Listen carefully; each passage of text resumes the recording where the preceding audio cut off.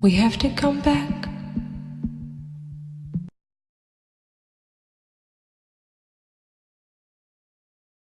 Très bien, bonsoir à tous. Merci d'être avec nous ce soir pour ces conversations à ce bureau sur l'avenir de la planète. Comme vous le savez, une fois par mois, nous abordons un nouveau thème qui nous semble essentiel avec des spécialistes qui viennent nous parler de leurs projets et qui viennent les défendre avec vous. Donc ce soir, comme vous avez dû le voir sur l'invitation, il s'agit des océans, un thème, je crois, assez essentiel à la survie de notre planète, de notre espèce. Pour le défendre, Frédéric Lemanac, qui est le directeur scientifique de l'association Bloom, qu'a créé une personne assez exceptionnelle qui s'appelle Claire Nouvian en 2005. Une association qui a pour vocation, Frédéric nous en parlera ensuite un peu mieux que moi, mais qui a pour vocation d'aller collecter des informations dans les milieux aquatiques pour sauver les océans, pour lutter contre la pêche électrique et pas mal d'autres choses, pour ensuite aller, pour les faire connaître et ensuite aller faire, on peut dire, une sorte de lobbying vertueux auprès des élus, auprès des entreprises, de manière à ce que des décisions soient prises dans le bon sens. Et Yvan Bourgnon, lui, il est né quasiment navigateur. Il vous parlera de lui un peu mieux que je ne le fais en ce moment ultérieurement. Mais après quelques tours du monde en solitaire de façon assez spectaculaire, je crois, et unique, il a créé le projet The Sea Cleaners et le bateau Manta, je crois, qui a pour vocation pas seulement d'aller nettoyer les océans pour essayer d'y collecter les plastiques qui y résident de manière surabondante, mais aussi de collecter des informations scientifiques pour ensuite les partager avec tout le monde, je crois, et travailler également sur l'éducation que les gens peuvent avoir à terre sur le milieu des océans. J'en profite pour remercier également Noma Blue et Jessie Walker qui nous a aidé à monter cette conversation. Pour regarder ce que fait Noma Blue aussi, assez impliqué dans cette problématique sur les océans. Voilà, donc on va procéder à peu près en 3 étapes ce soir qui vont être une présentation d'abord de chacun de nos invités, que je remercie encore une fois vivement d'être avec nous. Faire un état des lieux un petit peu de l'état des océans aujourd'hui, sans doute un peu dramatique, mais on finira sur une touche positive, puisque à la fois Frédéric et Yvan nous diront qu'il y a bien des choses à faire pour conserver l'espoir, qu'on peut mettre dès aujourd'hui en marche, qu'ils ont commencé de faire depuis quelques années déjà, et qui nous permettront sans doute de nous assurer un avenir radieux. Voilà, donc commencer peut-être avec Frédéric, si tu veux bien nous présenter l'association Bloom d'une manière un peu plus concrète que ce que je viens de faire. Oui, je vais faire ça assez rapidement quand même. L'association Bloom, donc, elle a été créée en 2005 par une femme qui s'appelle donc Claire Nouvian. Je ne sais pas si vous la connaissez, mais en tout cas, essayez de regarder un petit peu son parcours sur Internet. Elle est quand même assez exceptionnelle et elle a décidé de créer l'association parce qu'en visitant un aquarium en Californie, elle s'est rendue compte que les abysses étaient absolument soumises à des conditions, à l'activité humaine intense et destructrice, et en particulier de la pêche en eau profonde. Et donc elle a décidé de créer l'association Bloom pour préserver les abysses de ces activités humaines destructrices. Et c'était assez compliqué au départ, puisque les abysses, c'est l'océan profond, c'est dans le noir. En plus, c'est des poissons, donc c'est gluant, ça parle pas, ça sent mauvais. C'était pas forcément bien parti pour en faire un sujet public. Et donc, elle a décidé vraiment de mettre le paquet sur l'éducation, la sensibilisation des citoyens. Et elle a écrit un livre qui s'appelle Abyss, qui a été traduit dans 12 langues, qui a été vendu à plus de 150 000 exemplaires, qui est toujours trouvable dans les bonnes librairies, que vous pouvez commander sur Internet.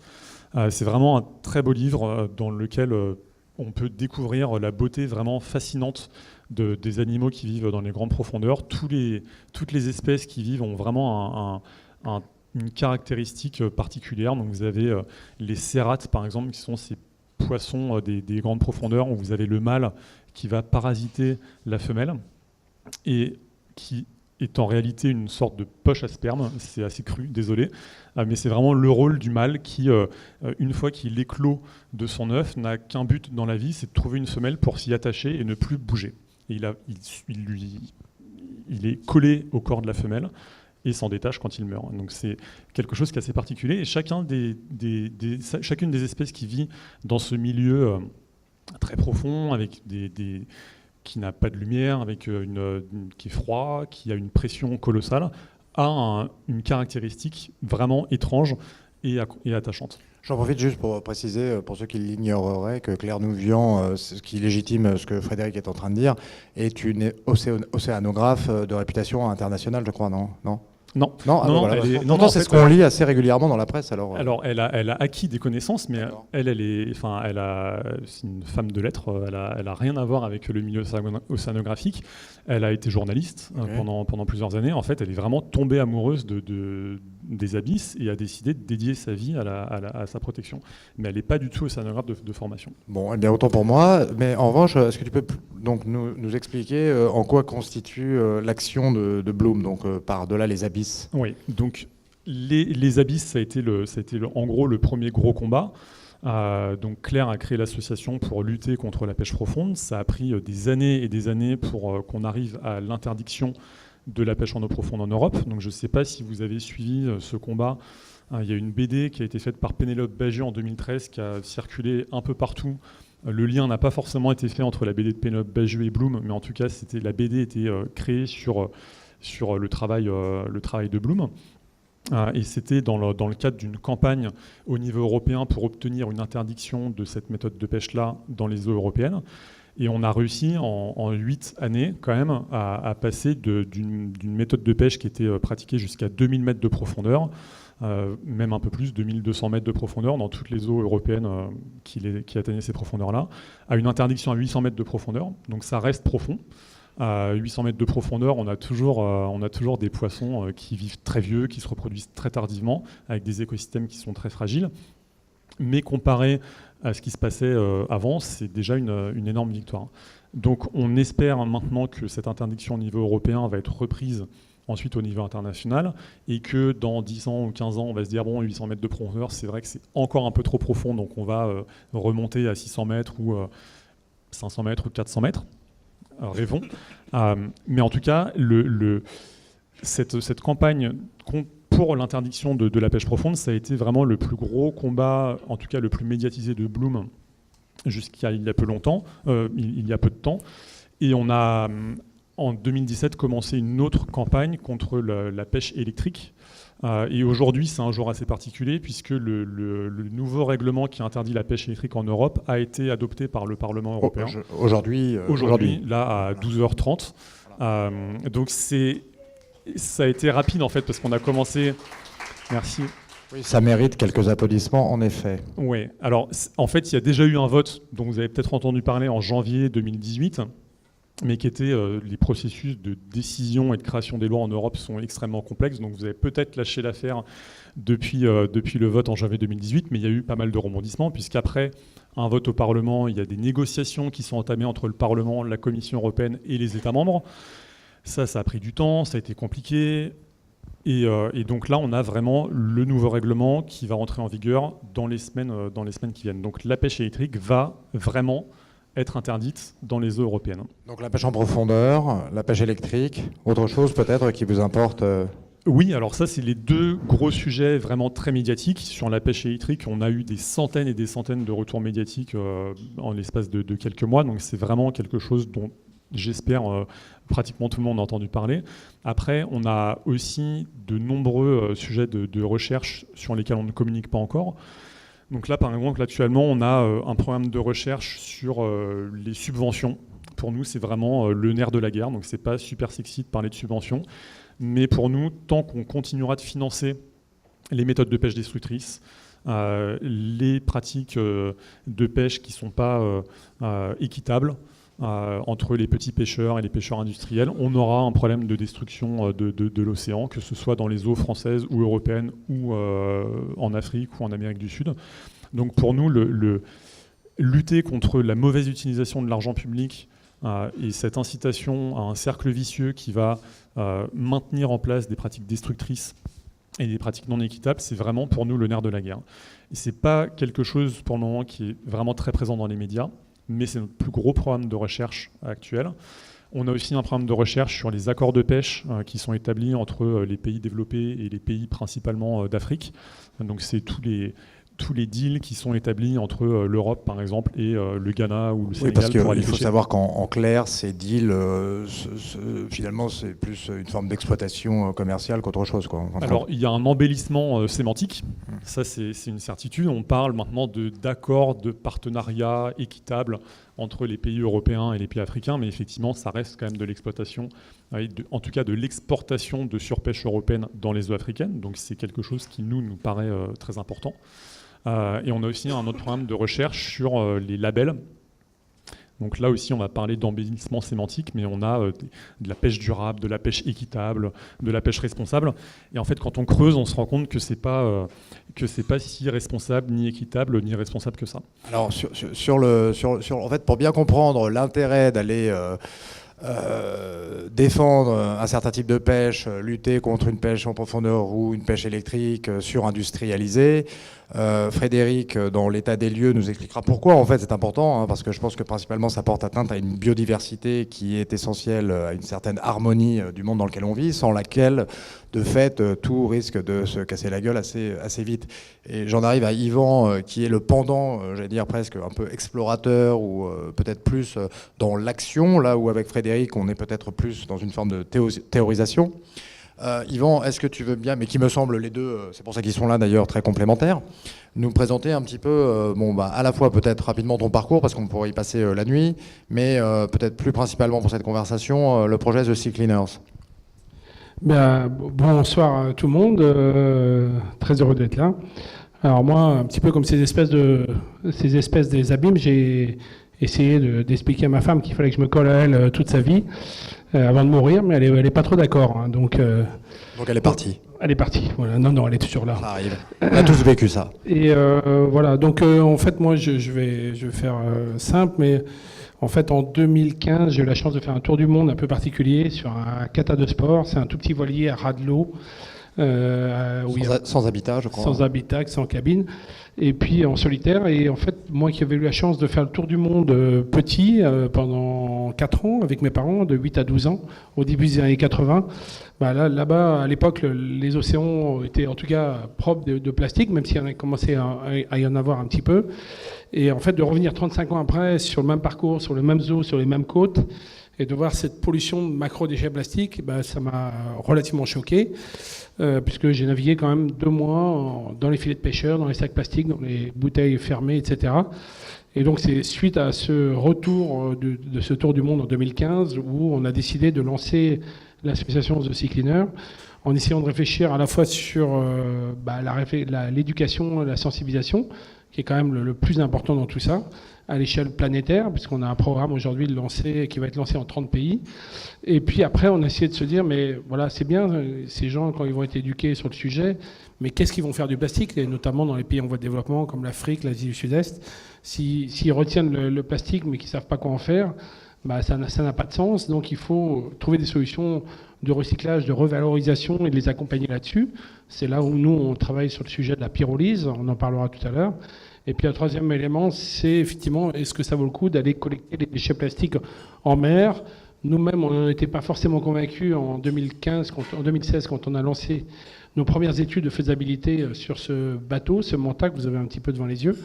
Et puis, depuis 1 an, maintenant tout juste, depuis avril 2018, on a maintenant la validation du fait que le bateau est réalisable et que les chiffres sont bons, que ce soit sur le plan financier, sur le plan de la collecte et sur le plan de la propulsion. Donc je me permets une petite parenthèse pour ceux qui l'ignoreraient. Je crois savoir, c'est pour ça que je pense qu'Yvan le précise, que parmi la communauté scientifique, il y a débat sur le bien fondé de la collecte du plastique en mer, parce que pour certains, elle ne serait pas du tout rentable, je crois. Donc on en reparlera peut-être un petit peu plus tard, mais voilà.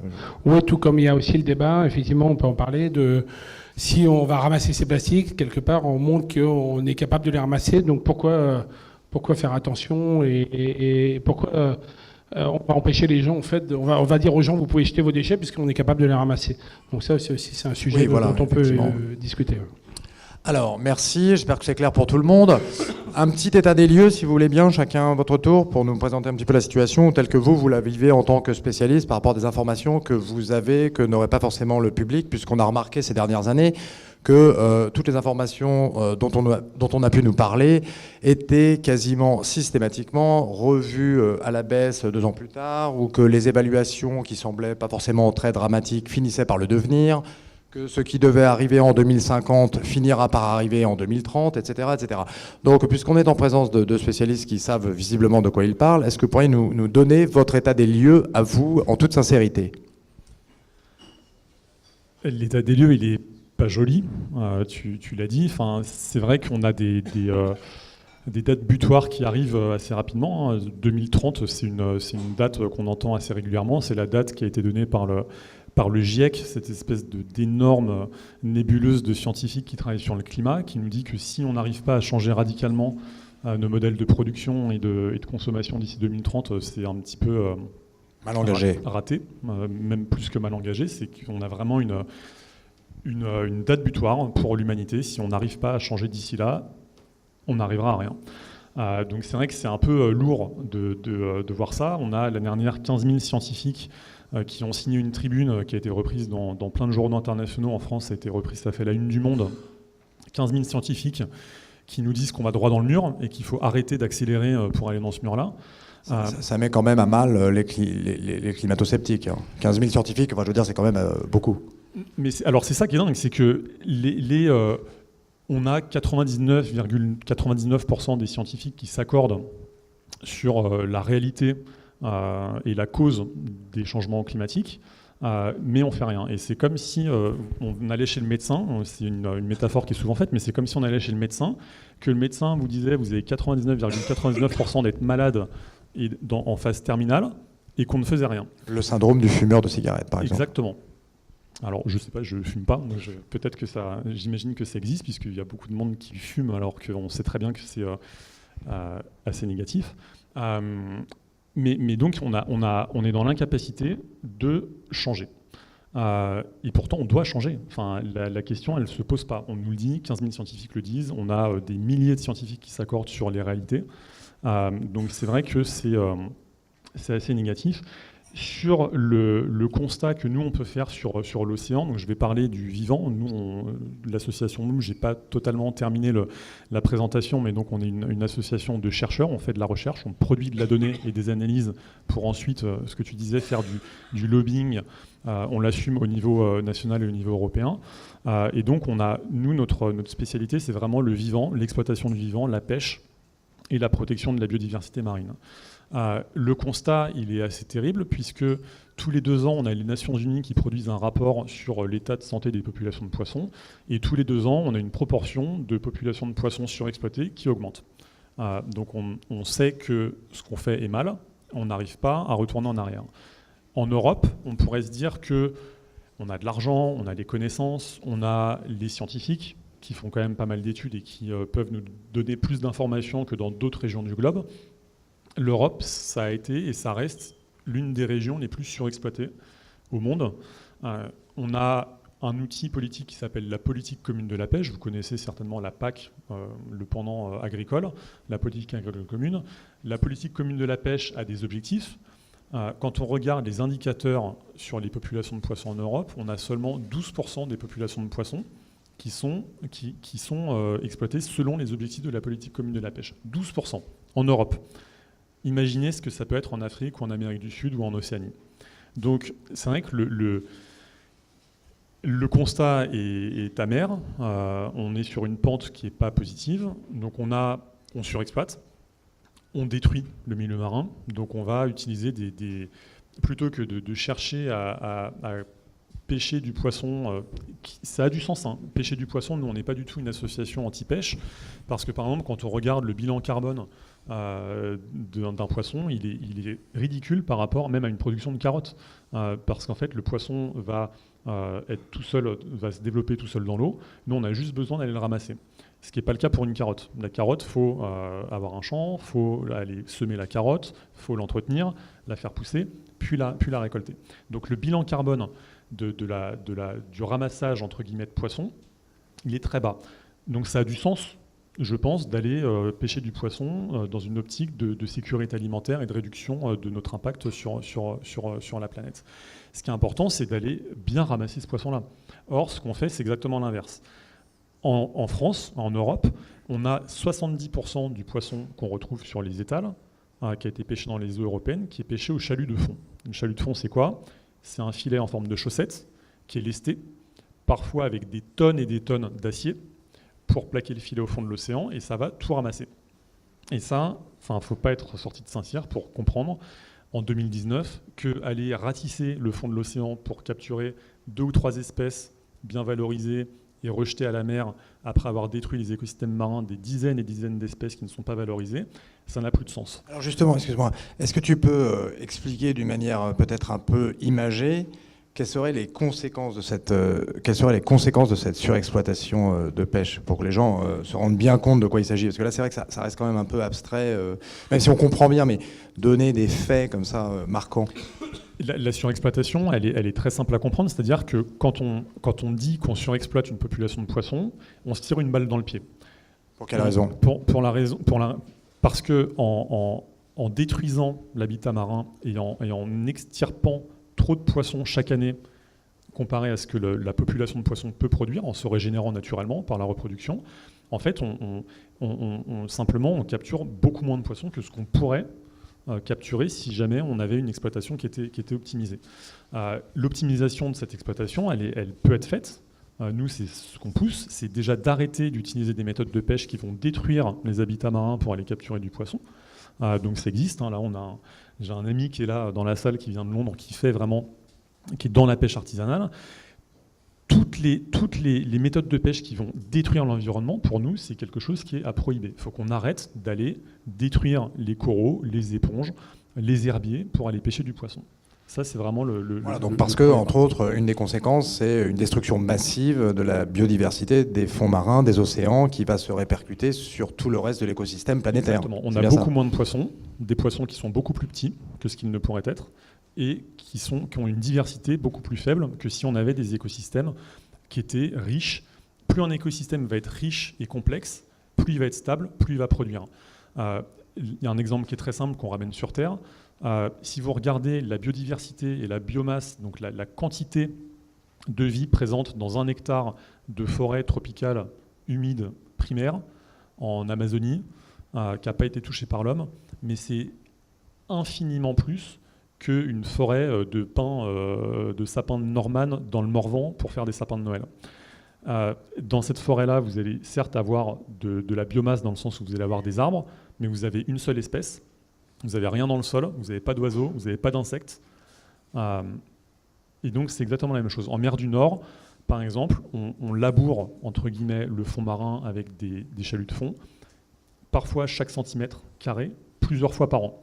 Et donc on a une mer qui est absolument plate, vous n'avez plus d'herbier, vous n'avez plus de structure en 3D, vous avez quelques espèces de poissons, vous avez de la crevette et un petit peu de poissons plats, donc c'est par exemple les sols ou les plis qui vont se nourrir de vers dans la vase, alors qu'il y a 200 ou 300 ans avant que cette méthode de pêche-là soit généralisée, quand elle était encore condamnable à mort quand même quand on l'utilisait, c'est quelque chose qu'il faut dire. Le chalut de fond, quand il a été utilisé, son utilisation était passible de peine de mort. Maintenant, c'est 70% des captures en Europe ou en France. Avant qu'on utilise cette méthode de pêche-là, la mer du Nord, c'était des centaines d'espèces, des énormes poissons, des habitats qui étaient riches, qui étaient variés, et donc on avait des écosystèmes qui produisaient énormément de poissons et qui produisaient énormément d'espèces différentes. Et c'est ça qu'il faut retrouver. Très bien. Yvan, est-ce que tu fais un constat? D'abord, j'imagine que tu es un petit peu conscient également de toutes ces choses, mais en tant que navigateur, homme de mer et en tant qu'entrepreneur directement lié à ces problématiques, quel est le constat que tu en tires, toi? Nous, on s'est plutôt concentré évidemment sur notre sujet, le plastique, et on a essayé d'utiliser ça évidemment en profondeur. Juste pour donner quelques chiffres clés, aujourd'hui, à l'échelle de la planète, On a produit entre 2000 et 2015 plus de plastique au siècle dernier. En un an donc. Comment ? En un an. Non, en 15 ans, on a produit plus de plastique qu'au siècle dernier. Et VVF annonce par exemple 30 à 40% de production supplémentaire de plastique à l'échelle mondiale en 2030 par rapport à aujourd'hui. Donc vous voyez, ces chiffres sont assez vertigineux. On n'est pas dans une société où le plastique va disparaître de notre quotidien. Donc dire voilà simplement l'éducation, la sensibilisation, à court terme ça va résoudre le problème. Nous, on sait que non. Évidemment, c'est incontournable, mais on sait malheureusement que les plastiques vont arriver dans les océans pour les 50 prochaines années. Ce dont vous avez entendu parler, le 7e continent, c'est-à-dire ces plastiques au milieu de l'océan Pacifique. Donc c'est un peu une image qui a été un peu médiatisée, mais qui n'est pas tout à fait réelle. C'est pas le champ de plastique dont vous avez tous imaginé, c'est vraiment des microbilles de plastique qui ont dérivé depuis plusieurs années, qui font de 0,3 à 5 mm et qui se retrouvent dans ces gires océaniques parce qu'ils se sont décomposés et puis ils ont fini par dériver et puis il y a une espèce de d'évier qui circule avec les courants dans l'océan Pacifique. Et évidemment, il y a une zone de concentration et là, les scientifiques ont été tamiser une partie de l'océan, se sont rendus compte qu'il y avait une quantité effectivement importante dans ces endroits-là de microbilles de plastique par mètre cube d'eau. Mais ces plastiques existent, alors, certes en surface, mais ils existent entre deux eaux, puis ils sont en grande quantité au fond de la mer. Et donc ces plastiques-là, c'est ce qui découle des 30 dernières années de notre contamination. Un pays comme la France, évidemment, a pollué énormément, alors beaucoup moins ces dernières années, puisqu'on est de plus en plus exemplaire dans la gestion de notre déchet. Mais la France, pendant 30 ans, a pollué énormément. Et la Méditerranée, d'ailleurs, si elle est hautement contaminée, on en est aussi responsable. Et aujourd'hui, l'idée, c'est pas de se dire, de laisser ça comme ça, c'est de se dire, est-ce qu'on peut aller arrêter l'hémorragie, arrêter de faire en sorte que ça continue de partir à la mer. Et dans les mauvaises nouvelles, il y en a quand même des bonnes, c'est que, par exemple, il y a 20 fleuves dans le monde qui dégorgent 60% des plastiques.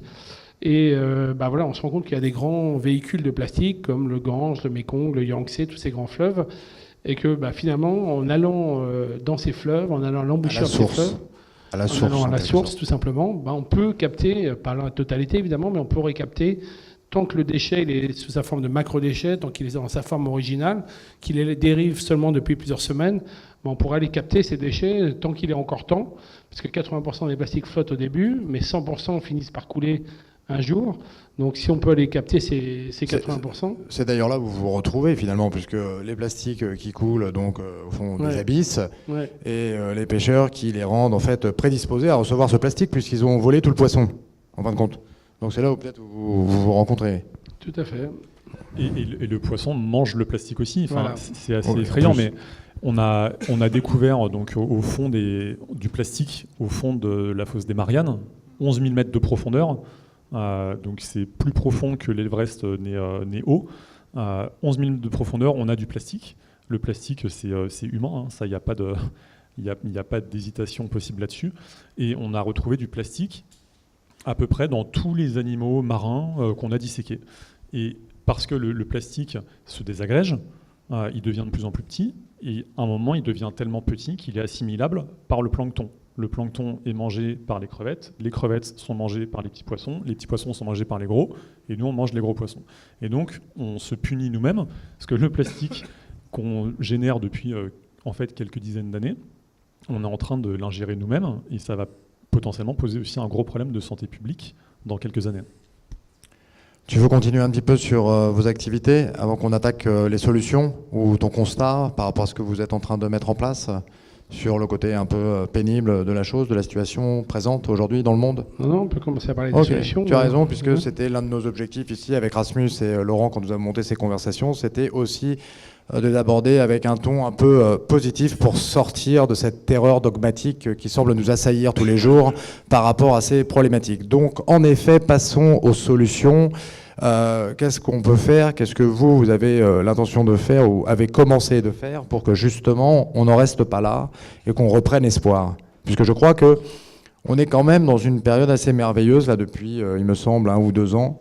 D'un genre d'éveil des consciences collectifs qui, d'après moi, est totalement spectaculaire et porteur d'espoir comme on n'en avait pas eu jusqu'alors.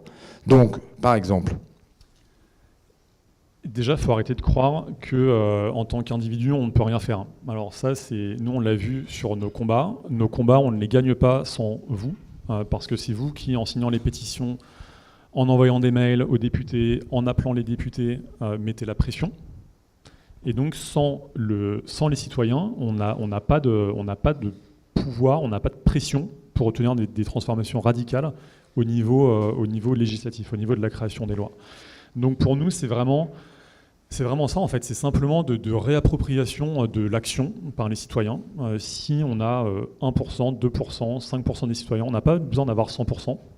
C'est pour ça d'ailleurs que, excusez-moi, mais je parle d'éveil collectif, parce qu'il semblerait que jusqu'à il y a 2-3 ans, ça restait des problématiques qui ne concernaient apparemment que des gens comme vous, des spécialistes, on va dire, et que les autres étaient un peu genre, oui, bon, tu sais, c'est spécialiste. Et que depuis 2 ans, visiblement, il y a vraiment un éveil citoyen, hein, comme d'ailleurs dans d'autres domaines, qui semble plutôt... Oui, c'est sûr que, nous on le voit tous les jours. Hein. On le voit aussi avec les médias. On en parlait tout à l'heure avant de commencer, mais les médias sont aussi de plus en plus demandeurs des questions de la pêche. Nous, clairement, la pêche, c'était pas quelque chose qui excitait les médias il y a encore quelques années. Donc, on était pas mal repris quand on était en campagne contre la pêche profonde. Mais en dehors de la pêche profonde, il n'y avait pas beaucoup d'intérêt. Et depuis 1 an, 2 ans, c'est vrai qu'on a des grands médias vraiment qui touchent des publics très très vastes et pas du tout spécialistes qui s'intéressent à ces questions de biodiversité marine, de pêche, de solutions. Donc on voit vraiment effectivement c'est pas encore une lame de fond, on va pas se mentir, hein. En tout cas on a un réveil citoyen et les citoyens se rendent compte qu'ils ont un pouvoir, qu'ils peuvent obtenir des victoires, des changements, et donc c'est vraiment ça qui va permettre de faire plier les gouvernements, les entreprises. Alors justement, vous êtes dans une forme de théorisation active, on va dire. Vous venez de faire voter une loi au Parlement européen, donc aujourd'hui même, comme on l'a dit tout à l'heure. Quel serait votre prochain, si je puis dire, cheval de bataille? Quel est, d'après vous, le prochain enjeu crucial? Alors, je ne sais pas prendre des vacances. Très bien, déjà, comme tout le monde. C'est un enjeu crucial de santé pour l'équipe de Bloom. On a vraiment besoin de se reposer parce que, là, quand on a gagné contre la pêche électrique, par exemple, après le vote en janvier 2018, on a eu beaucoup de mails qui disaient « Ah, c'est génial, vous arrivez à gagner des combats, c'est quoi le prochain ?» et en fait, on leur a dit « Mais attendez, là, ça fait 2 mois qu'on travaille de 8h du matin à 4h du matin, tous les jours, week-end compris. Noël, on a oublié, parce que c'était bien évidemment tout début janvier, donc... Décembre, janvier, on a vraiment travaillé littéralement 18-20 heures par jour. Claire, la fondatrice, a été hospitalisée après le vote parce qu'elle avait 6 de tension. Donc on tire vraiment sur la corde. Donc on a besoin, premier enjeu, des vacances. L'enjeu suivant, l'enjeu politique, je ne sais pas, on a vraiment les subventions qui sont un sujet vraiment pressant. On a des engagements qui ont été pris au niveau international. On a l'Organisation mondiale du commerce qui est censée obtenir un accord contraignant d'interdiction des subventions néfastes, donc qui crée de la surcapacité de pêche, qui détruisent l'environnement d'ici la fin de l'année. Ça déjà, ça serait pas mal, par exemple. Oui, alors on ne va pas gagner, hein. Mais en tout cas, on va se battre pour mettre le sujet sur la table et potentiellement continuer ce combat-là en 2020-2021 pour obtenir un changement radical. Donc ça, c'est vraiment quelque chose qui nous paraît très très important. Après, il y a donc vraiment l'enjeu citoyen. Il faut que les citoyens acceptent leur rôle et se disent on peut changer les choses. Vous pouvez. Donc nous, on a un rôle aussi d'éducation, de sensibilisation pour que vous compreniez les enjeux et que vous soyez sensibilisés et qu'ensuite vous puissiez vous approprier ces enjeux-là pour obtenir des changements législatifs. Nous, en tant qu'association Bloom, on a une envie qui est très, très excitante, c'est d'attaquer encore plus. Jusqu'à maintenant, on a vraiment eu un fonctionnement production de science pour faire de la sensibilisation et de l'éducation et se servir de la pression médiatique créée par ces sensibilisations-là pour obtenir des changements législatifs. En début d'année, pour la première fois, on a attaqué en justice Oui, alors, donc Bloom, voilà, vous pourrez regarder le petit attaque. C'est disponible sur Internet. L'État, pour excès de pouvoir. C'est assez courageux aujourd'hui de faire ça. Tu peux brièvement, avant qu'on passe la parole à Yvan, nous expliquer pourquoi Mais ça va se faire de plus en plus. En fait, nous, ce qu'on pense, c'est que les changements sont tellement longs. Alors, tout à l'heure, je parlais des Nations Unies, mais les Nations Unies, c'est à se tirer une balle. C'est des dizaines et des dizaines d'années pour obtenir un accord qui n'est même pas contraignant. Donc, c'est pas notre chose. Et souvent pas suivi. Et pas suivi parce que pas contraignant. Donc nous, on essaye déjà d'avoir des choses contraignantes. Donc c'est pour ça qu'on agit au niveau européen, au niveau du Parlement européen, au niveau des parlements nationaux. Mais même ça, c'est des années et des années et des années. Et on est arrivé à un moment clé de bascule. On retourne sur les échéances 2030, voire 2050, mais en tout cas des échéances humaines à très court terme. Et donc, passer 10 ans en campagne pour obtenir une transformation législative, au regard de cette date d'effondrement possible en 2030, on n'a plus le temps. Et donc, il faut obtenir des changements radicaux, rapides. Et ça, un des moyens de le faire, c'est d'attaquer.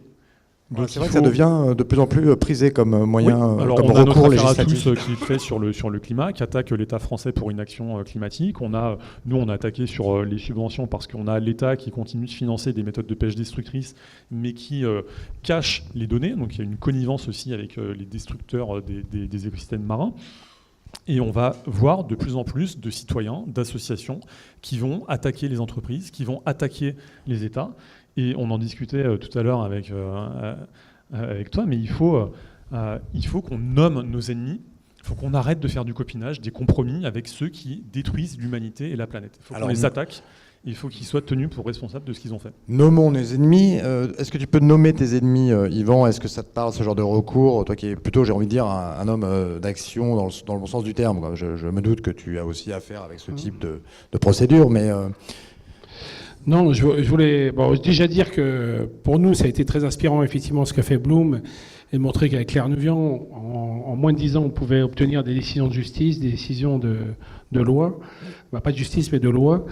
Et forcément, ça montre qu'aujourd'hui, les ONG peuvent vraiment agir sur le terrain, et c'est indispensable.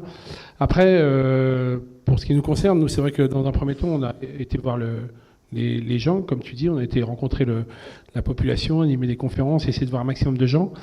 Et on a écouté un peu leurs demandes, leurs besoins, leurs machins. Et là, on a vite entendu dire, oui, mais c'est les industriels qui doivent changer leur comportement, qui doivent changer leurs produits, qui doivent éco-concevoir, qui doivent machin et tout. Et puis on les a écoutés beaucoup. Et puis entre-temps, après, pendant les 3 années qui ont suivi, on a aujourd'hui rencontré peut-être 200 grandes entreprises françaises, sur peut-être les 400 plus grosses. Et aujourd'hui, le retour qu'on a, c'est de se dire, en fait, non, les industriels, aujourd'hui, on a besoin d'eux, on a besoin qu'ils nous filent un coup de main, mais on a compris une chose, c'est qu'eux, ils allaient s'adapter de toute façon, quoi qu'il arrive, à la demande du consommateur. Donc ils broderont, ils feront un peu de biosourcé, ils feront des efforts sur le développement durable, sur la conception, sur tout ça, mais au final, ils fourniront toujours le produit que le consommateur veut. Donc qu'on le prenne dans n'importe quel sens, la solution vient de nous les consommateurs. Et c'est à nous, à un moment donné, d'agir et d'être éduqués et de sensibiliser. C'est vrai que quand on va chez les jeunes aujourd'hui, moi je suis ravi de voir en France en tout cas que nos gamins sont capables aujourd'hui d'éduquer nos parents et que ça a déjà pris le pli. Effectivement, en France, on a bien avancé là-dessus. Nous, le constat qu'on fait chez CCleaner, c'est que oui, le pli a été pris en France, même s'il y a énormément d'efforts à faire. Par contre, on va au Bangladesh, on va en Afrique, on va dans ces pays-là, qui consomment peut-être beaucoup moins de plastique que nous, mais qui aujourd'hui sont parfois au stade zéro au niveau de l'éducation, au niveau de la sensibilisation, au niveau des solutions. Donc c'est là-bas aussi qu'il faut agir, quoi. Et aujourd'hui, c'est un vrai pari pour nous d'essayer de faire comprendre que nous, les pays riches, qui produisons 10 fois plus de plastique que les pays pauvres, on doit essayer aussi d'aider ces pays-là, parce que c'est pas le Bangladesh qui va financer un bateau, qui va financer des campagnes de sensibilisation. Donc c'est nous quand même qui avons contaminé les océans pendant 30 ans. Peut-être on est un peu plus exemplaire aujourd'hui, mais il faut qu'on aille bosser pour aider cet effort mondial. En effet, de toute façon, cette exemplarité, j'ai envie de dire, on doit en prendre le leadership, incontestablement. On ne va pas demander à des gens au Bangladesh d'être concernés par ça, alors qu'ils ont de fait des problèmes sans doute plus importants à régler. Et c'est vraiment à nous qui avons semé un peu le trouble, la pollution, de commencer par régler le problème. Mais en tout cas, au niveau des entreprises, on a beaucoup de mal à obtenir ça. Nous qui avons rencontré des grosses compagnies qui travaillent dans le monde entier, qui même parfois exportent à 80% leurs produits, qui polluent dans le monde entier et tout, en fait, à un moment donné, ils regardent leur jardin, leur petit jardin, et se disent nous, chez nous, c'est propre, c'est nickel. Alors, bon, donc, pourquoi on irait s'occuper des Chinois qui s'occupent de leur merdier là-bas J'ai quand même envie de dire, pour rester positif, que tous les deux, vous fonctionnez principalement d'un point de vue économique via des subventions, et que bon, très bien. Mais en tout cas, Yvan, oui, vous nous expliquerez, tu nous expliqueras, Frédéric, après comment fonctionner d'un point de vue économique, mais il y a quand même des gens qui sont prêts à aider, c'est ça que je voulais dire surtout. C'est-à-dire qu'on n'est pas non plus dans un marasme absolu, il y a quand même des gens qui commencent à vraiment être concernés par les problématiques, à faire des donations, etc. etc. Des solutions, parler de solutions, qu'est-ce que tu as constaté, qu'est-ce que tu mets en place au-delà du fait d'aller... nous, ce qu'on essaie de faire, c'est, on va arriver à ce que fait Frédéric, ce que fait l'association, mais ce qu'on essaie dans un premier temps, c'est d'être valeur d'exemple. Donc c'est de se dire, pour aller expliquer aux gens ce qu'il y a à faire, déjà on se retrousse les manches et on va bosser. Moi j'ai vu des présidents de l'UNESCO, des gens comme ça arriver dans les COP22, dans les forums, dans les États, dans des trucs, expliquer aux gens ce qu'ils avaient à faire. Ils ont pris l'avion pour ma classe pour débarquer et expliquer aux gens ce qu'il y a à faire. Il n'y a aucune crédibilité, elle n'est pas du tout légitime, quoi. Donc aller sur le terrain, aller déployer des forces, aller s'équiper des ONG qui sont déjà en place sur place, d'aller ramasser ces déchets comme on veut le faire, de revenir à terre, de dire voilà, on s'est décarcassé pendant 2 mois, on s'est démené pour ramasser ces déchets, maintenant on n'y revient pas juste pour vous faire la bonne morale, on vient vous expliquer qu'on peut vous mettre une pyrolyse à disposition, on peut vous expliquer comment ça fonctionne, on peut vous expliquer comment revaloriser le plastique. La pyrolyse, tu peux peut-être expliquer brièvement, juste pour ceux qui ne sauraient pas ce que c'est. La pyrolyse, c'est une technologie qui est pas récente, qui est juste en train de se miniaturiser, qui tout simplement retransforme le plastique non recyclable en pétrole. Voilà, on fait fondre le plastique pour faire simple et on obtient du carburant ou du kilowattheure en fonction des gaz ou des huiles. Et donc on refait de l'énergie à partir du plastique non recyclable, ce qui est une bonne technologie parce que ça émane pas de CO2 dans l'atmosphère. Il y a juste un déchet carboné qui s'appelle le char qui est de 7 à 8% de la matière. Mais quand on voit qu'en France on est capable d'enfouir encore 50% des plastiques, vaut mieux en enfouir 7% que 50% ou parfois 100% dans certains pays. Donc on est pour nous favoriser cette technologie parce que surtout en format container, elle peut arriver dans des villages reculés, là où justement l'accès à l'électricité, à l'énergie est parfois bien coûteux. Et quand on sait que le prix du baril de pétrole et qu'il faut sortir de l'énergie fossile et que le prix du baril de pétrole va exploser en 2030 et en 2040, forcément la pyrolyse qui est un tout petit peu encore coûteuse aujourd'hui va devenir très intéressante financièrement dans 10 ans, dans 20 ans. Donc nous on est là juste on n'est pas des développeurs de cette technologie, nous on est développeurs de la technologie du bateau que vous découvrez sur les images, mais on est là en tout cas pour dire cette technologie elle existe, préparez-vous à ça, équipez-vous de ça. On aura nous-mêmes 15 pyrolyses, par exemple, sur le pont du bateau derrière. Donc, on va pouvoir les mettre à disposition, leur fournir des pyrolyses gratuites financées par nos mécènes. Et au moins, on montre l'impulsion. On montre à une population qu'un outil existe, qu'ils peuvent ramasser leur plastique, le ramener à la pyrolyse et repartir avec le plein d'essence de leur voiture. Voilà, tout ça avec un circuit court qui est très intéressant. Alors, il y a un autre point qui semble aussi vous rapprocher. J'en parlais avec vous avant qu'on débute cette conversation. Et on en revient d'ailleurs souvent à ça, mais j'ai pas l'impression de voir des résultats concrets dans le quotidien, qui est l'éducation, apparemment. Donc, l'éducation, alors peut-être que dans les milieux sururbains où on agit véritablement, on est un peu loin des océans et on ne se rend pas forcément très bien compte. Toi, avec The Sea Cleaners, tu as vocation, c'est écrit un petit peu dans la charte du projet, à travailler sur cet aspect éducationnel, entre guillemets, pour aller, entre guillemets, prêcher la bonne parole, convertir les gens à cette sensibilisation. Comment vous imaginez la mettre en place? Comment la rendre efficiente, en fait? Il me semble que c'est très important aujourd'hui. On pourrait attaquer l'État là-dessus aussi, par exemple. Sur le manque d'outils de sensibilisation pédagogique. Ouais. Alors, nous, alors, je fais peut-être juste un tout petit point équipe et financement. Absolument, merci de nous éclairer. Ça permet d'en discuter. On est une toute petite équipe. Hein. Là, on a énormément grossi ces derniers mois et nous sommes 10 salariés. Donc c'est pas non plus la multinationale qui est souvent évoquée quand on parle de Bloom, parce que c'est vrai qu'on a quand même des impacts qui sont assez énormes dans le milieu de la pêche. Et pourtant, on est tout petit. Et donc on est financé par des dons particuliers et par quelques petites fondations qui nous font confiance et qui nous donnent un petit peu d'argent. Jusqu'à l'année dernière, on était à peu près à 80-85% de dons particuliers et le reste de fondations. Et là, on est à peu près à 70% de dons particuliers. Et on a 0 subvention parce qu'on adore notre indépendance. On a envie de montrer les dents quand il faut. En fait, je ne me suis pas exprimé, pardon, je voulais parler de subventions privées, donc de donations. Pardon. D'accord. Mais donc, okay. Non, parce que pour nous, subvention, c'est vraiment oui, désolé. La subvention publique. Ok. C'est vrai qu'ils en donnent plein à n'importe qui. Ils pourraient peut-être vous en donner un peu quand même. Non. Mais on n'en veut pas. Ah ok, très bien. On n'en veut pas parce que, en fait, on connaît beaucoup d'associations qui, par exemple, dans Région Rhône-Alpes, quand Laurent Wauquiez est arrivé à la présidence, ont perdu toutes leurs subventions et ont mis les clés sous la porte. Ceci dit, tu me racontais un truc qui pourrait intéresser Yvan pendant qu'on était en train de discuter avant la conversation. Aux États-Unis, on avait proposé à Bloom une somme assez conséquente pour aller travailler sur la thématique du plastique et qu'ils l'ont refusé. On parle de 10 millions de dollars quand même. Oui. Qu'ils l'ont refusé. Parce qu'effectivement, ils considéraient que ça n'était pas leur cause. Voilà. Ça, je trouve ça plutôt honnête. Je ne suis pas sûr que tout le monde l'aurait refusé, en vrai. Mais... Non, tout le monde n'aurait pas refusé. Alors c'est vrai que nous, on nous a proposé donc 10 millions de dollars pour travailler sur la pollution plastique. On nous a dit, bon, bah, voilà, Bloom, vous allez gagner ça, donc allez-y. Et ça ne nous excite pas plus que ça. C'est vraiment un dossier qui est crucial. Mais notre truc, notre formation académique, c'est les ressources vivantes. Donc, vous pourriez peut-être les mettre en contact avec The Sea Cleaner. Ben ouais, non mais il faut nous appeler dans ces commissions pour Bloom. Mais une rétro-commission pour Bloom, tu vois. Non, mais ce qui est sûr, c'est qu'en tout cas, il y a un intérêt qui. 10% de 10 millions, ça fait quand même 1 million. Hein. Alors, 1 million, c'est énorme. Nous, on n'a jamais encore atteint 1 million d'euros de budget. Hein. Donc, on va y arriver peut-être un jour, mais on en est encore loin. Mais donc, pour en revenir quand même à l'éducation, à la sensibilisation, qui était la question initiale. Absolument.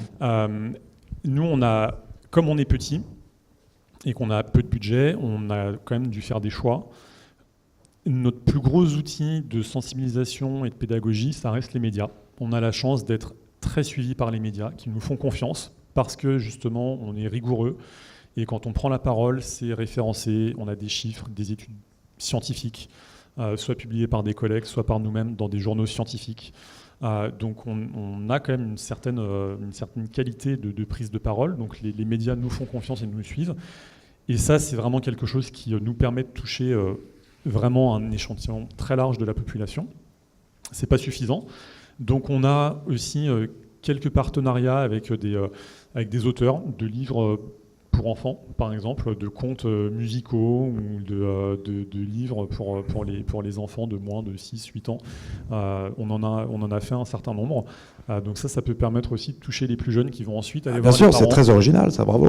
Qui vont ensuite voir les parents pour dire il ne faut pas acheter de grenadier de roche, mais il faut plutôt choisir de la sardine ou du merlu. Mais d'ailleurs, tous les parents ici ont entendu auprès de leurs enfants qu'ils étaient de plus en plus sensibilisés à ces causes-là, et souvent bien plus que nous. Oui. Grâce à vous, merci, grâce à vos livres. Donc il y en a un qui est assez chouette, qui s'appelle Les Symphonies subaquatiques. Je ne sais pas si vous le connaissez, mais regardez, c'est assez drôle. On en a d'autres aussi. Il y en a un qui s'appelle Les Poissons disparus. Donc vous pouvez trouver les noms sur le site internet de Bloom, sur bloomassociation.org. Donc en quelque sorte, les médias et la diffusion de la culture. Via des artistes, des auteurs. Et on a un troisième véhicule qui prend du temps, qu'on fait un petit peu, qui est super important, mais voilà, qu'on ne peut pas faire tous les jours non plus, c'est d'intervenir directement. Alors on intervient bien sûr, comme ce soir, dans des tables rondes ou des conférences, mais on intervient aussi dans des cursus scolaires. Et on a fait le choix de ne pas faire ni les primaires, ni les collèges, ni les lycées, mais d'aller dans les études supérieures. Parce qu'on a toujours cette urgence de 2030 ou 2050. On a besoin d'aller voir et de sensibiliser les gens qui vont être au pouvoir demain, pas dans 20 ans. Et donc on a fait le choix d'aller plutôt d'intervenir chez HEC, à l'ESSEC, Sciences Po, plutôt que d'aller voir les tout petits qu'on touche déjà via les partenariats avec les auteurs enfants. Donc en fait, les médias, la culture et en quelque sorte les élites. Enfin, voilà. ils existent. C'est bien, d'ailleurs, c'est 85% médias, 10% culture, et vraiment ensuite une marge d'élite qu'on va essayer de toucher par leur cursus. Mais de toute façon, on ne peut pas nier le rôle de l'élite, ni son action, ni son pouvoir. Donc autant aller faire du prosélytisme auprès d'elle. À ce propos, Yvan, tu fais quoi, toi? Pas grand-chose. Ok, très bien, merci, au revoir. Pour l'éducation et la sensibilisation. Ouais, non, pour le côté, oui, effectivement, dont on parlait au départ, à savoir l'éducation, parce que je regardais, ça a l'air d'être quelque chose qui te touche particulièrement.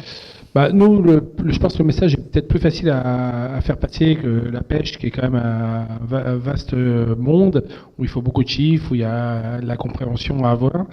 Et nous, voilà, le sujet du plastique, par exemple, en France, effectivement, chez les gamins, c'est déjà presque une cause acquise. Donc nous, le chemin de bataille qu'on a vraiment en tête, c'est de se dire il faut absolument aller à l'international, là où il n'y a pas d'éducation. Donc on a l'avantage avec ce projet, ce bateau, de toucher en fait un peu à tous les domaines, à la géographie, à la chimie, à la physique, à la science naturelle, à la géographie, à plein de choses. Et donc pour nous, c'est facile de sortir un pédagogique et de raconter une histoire. Donc voilà, à travers cette histoire, on va pouvoir évidemment parler de pollution maritime. Et ce kit pédagogique, bah, il est traduit en 14 langues et il voyage. Et puis là, il y a des équipes de site cleaners. Nous, on est vraiment dans la logique du développement international. On est présent en 5 pays aujourd'hui, on va l'être dans 30 d'ici 5 ans. Et là, bah, voilà, l'idée, c'est de faire des petits et de toucher le plus possible de gens. Mais c'est un travail de fourmi intense. Voilà, des associations comme VVF, c'est facile pour eux, elles existent depuis 50 ans. Mais pour nous, là, qui sommes tout jeunes, bah, c'est un travail de titan de réussir ce développement-là. Puis pour répondre et réagir un petit peu, parce que je vois qu'un peu on a les mêmes réactions et les mêmes contraintes. Moi, quand j'ai fait la COP 21, 22, 23, je suis ressorti de là un peu violenté en me disant mais waouh, putain, on a assisté à je sais pas combien de conférences et on s'est dit waouh, mais elles sont où les ONG en fait? Ici, on ne parle pas d'écologie, on voit que du lobby, on voit que des gens super orientés. Et ça nous a vraiment fait peur. Et c'est vrai que c'est le combat, comme vous, je pense, qu'on a fait, de se dire il faut absolument obtenir cette neutralité, cette liberté, qui est essentielle pour vraiment agir dans une association. C'est tellement facile de se faire acheter. Et pour répondre un peu à ce que tu disais, nous-mêmes, déjà, on a eu une proposition en début d'année d'un investisseur luxembourgeois. Alors sur des sommes encore plus importantes, mais c'est logique parce qu'il y a le bateau qui nous dit bah, nous c'est parti, hein, moi je mets 25 millions d'euros sur la table, on finance le premier bateau. Par contre, il y a une ligne qui est écrit où nous, après sur les bateaux suivants, on fait 7 millions de bénéfices sur chaque bateau vendu. Et évidemment, bah, il a fallu dire non à cette proposition. Alors, autant vous dire que quand moi j'ai montré cette proposition à mon équipe technique, hein, mon consortium technique qui travaillait depuis 2 ans et demi sur le sujet, eux, ils ont eu plutôt les yeux qui brillaient, se sont dit, ça y est, c'est parti, on va lancer ce bateau et tout, c'est génial et tout. Et donc, ça a été un vrai combat, effectivement, de dire non à cette proposition, de rester sur notre éthique, de dire, voilà, nous, on est là pour développer une technologie, on n'est pas des constructeurs bateaux, on va mettre cette technologie au point, c'est une technologie parmi d'autres. Et ce qu'on veut juste, c'est qu'en 2025, quand elle est au point, bah, tout le monde puisse se l'approprier. Parce que dans l'économie circulaire du plastique, s'il y a bien un sujet qui n'est pas rentable, c'est le plastique.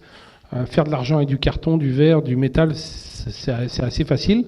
Mais le plastique, ils sont tous d'accord avec Paprec, Veolia, Suez et compagnie pour dire qu'ils ne gagnent pas d'argent là-dessus. Ils essayent de faire ce qu'ils peuvent, de limiter la casse. Et c'est pour ça qu'il y a des systèmes de bonus-malus qui arrivent aujourd'hui en France. Parce qu'on essaie de trouver des solutions de subventions et autres. Mais c'est pas rentable, c'est compliqué le recyclage et tout ça du plastique. Et donc du coup, s'il y a bien un sujet qui devrait être complètement mutualisé, c'est bien le sujet de la revalorisation du plastique. Et c'est ce qu'on essaie de faire, nous, en se disant, mais non, cette technologie, voilà, il ne faut pas que les Américains se battent à développer encore un autre bateau, à dépenser 6 millions de R&D, puis pareil du côté de la Chine. Non, nous, ce qu'on veut, c'est que la technologie, ça y est, elle peut partir. Et comme il y a urgence, comme tu le dis si bien, bah voilà, il faut que des dizaines de bateaux, puissent se construire en même temps à l'échelle mondiale, quoi. Bon, je vois, merci, hein, mais je vois que le temps passe. Il y a peut-être des gens qui ont des obligations. Merci pour Frédéric, merci pour Yvan.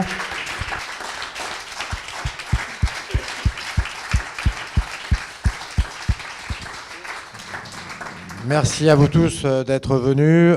Je vous rappelle la petite librairie. Si vous avez envie de vous cultiver un petit peu sur le sujet après cette discussion, c'est le moment. Et au mois de mai, On ne sait pas encore ce dont on vous parlera.